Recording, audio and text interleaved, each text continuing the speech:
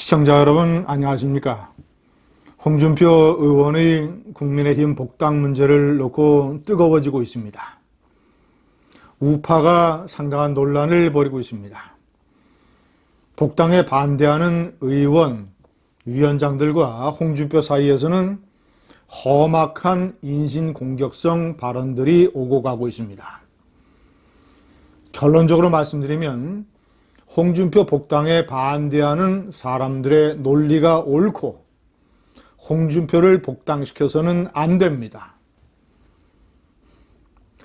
홍준표를 제대로 알면 그의 과거 언행과 그가 얼마나 마음속에 비열하고 경박한 칼날을 숨기고 있는가를 알면 홍준표 복당에 찬성할 수가 없습니다. 그가 국민의힘에 복당함으로써 얻는 우파의 이익은 없고 해악만 몇 배로 큽니다. 복당에 찬성하는 사람들은 홍준표가 허물이 있다 하더라도 그가 문재인 정권에 대한 투쟁력이 있으니 그의 투쟁력을 합쳐야 한다. 윤석열과 안철수까지 영입을 하려고 하는 마당에 왜 전직 대통령 후보의 복당을 반대하는가? 이렇게 말을 합니다. 그러나 그것은 틀린 논리입니다. 첫째, 그의 대여 투쟁력이라는 것은 본질적으로 미미하고 무시되어야 할 정도입니다. 오히려 그가 제대로 된 인격을 갖추지 않은 비인격체이기 때문에 그가 아무리 말을 해도 중도나 아니면 젊은 유권자들에게 제대로 먹히질 않습니다.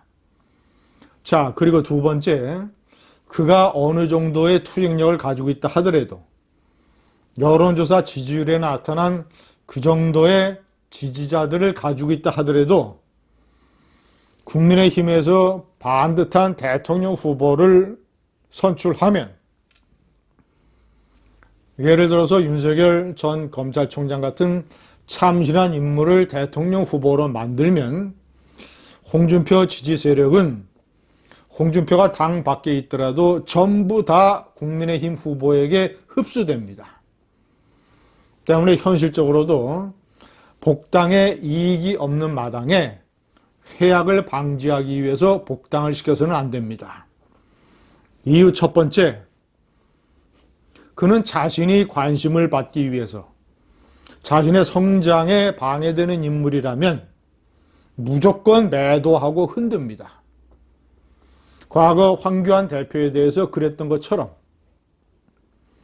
윤석열 전 검찰총장을 검찰총장 시절에 국회 대정부 질문을 통해서 매도했습니다.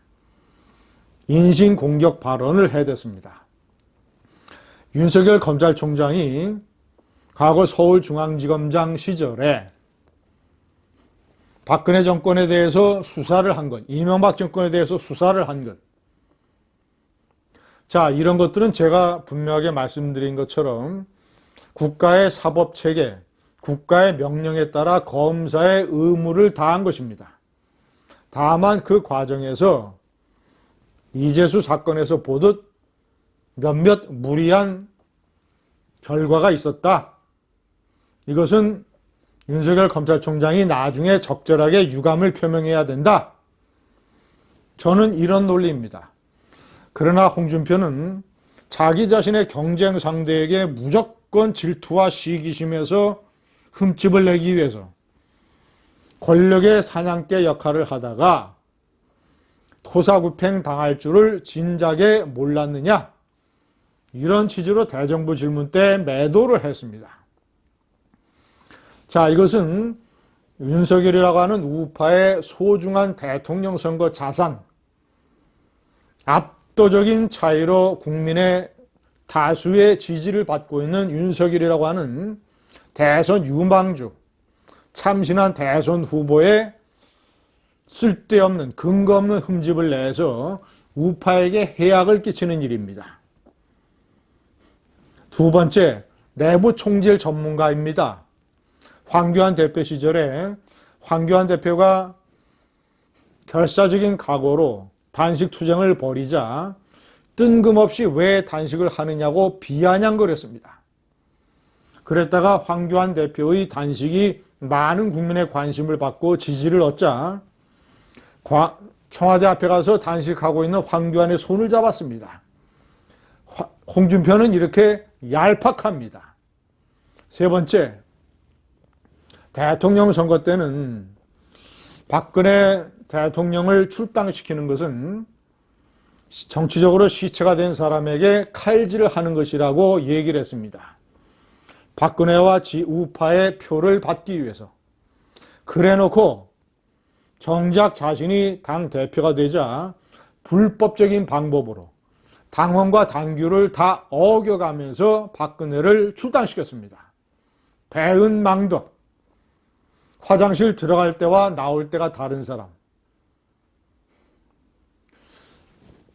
이 당을 버리고 탈당했던 사람들을 복당시키기 위해서 그들에게 정치적 명분을 만들어주고 그들을 자신의 정치적 세력으로 삼기 위해서 이런 식의 박근혜 등 뒤에 칼질하기를 해댔던 것입니다.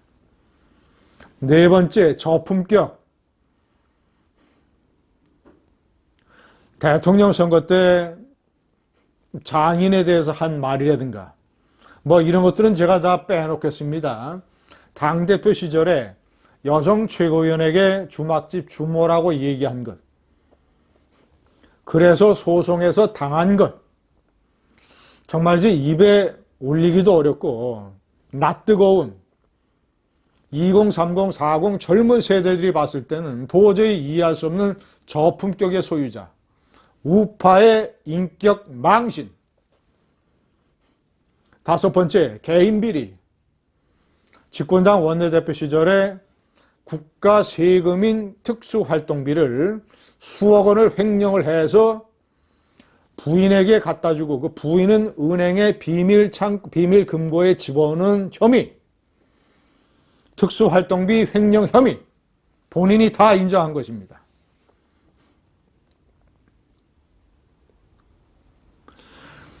그는 성완종 불법자금 사건에서 무죄 판결을 대법원에서 받았지만 고법과 대법원이 중대한 사실을 놓쳤습니다. 판결이 다 끝난 이후에 돈을 준 사람이 내내 주장을 했던 홍준표 국회 당 의원 사무실에 척당불기라는 액자가 걸려 있었다. 나중에 실제로 그 액자가 걸려 있었다는 것이 MBC 자료 화면에 다 나왔습니다. 홍준표가 대통령 선거 레이스에 뛰어들고 그가 유력한 경쟁자가 되면 좌파에서 두 가지 특수활동비 횡령과 척당불기 액자 문제를 집중적으로 제기할 것입니다. 우파의 간판 지도자가 저렇게 끔찍한 비리의 범죄 혐의자라는 사실, 이거 하나만으로도 우파는 책 잡히진 것을 막기 위해서 복당을 시켜서는 안 됩니다. 감사합니다.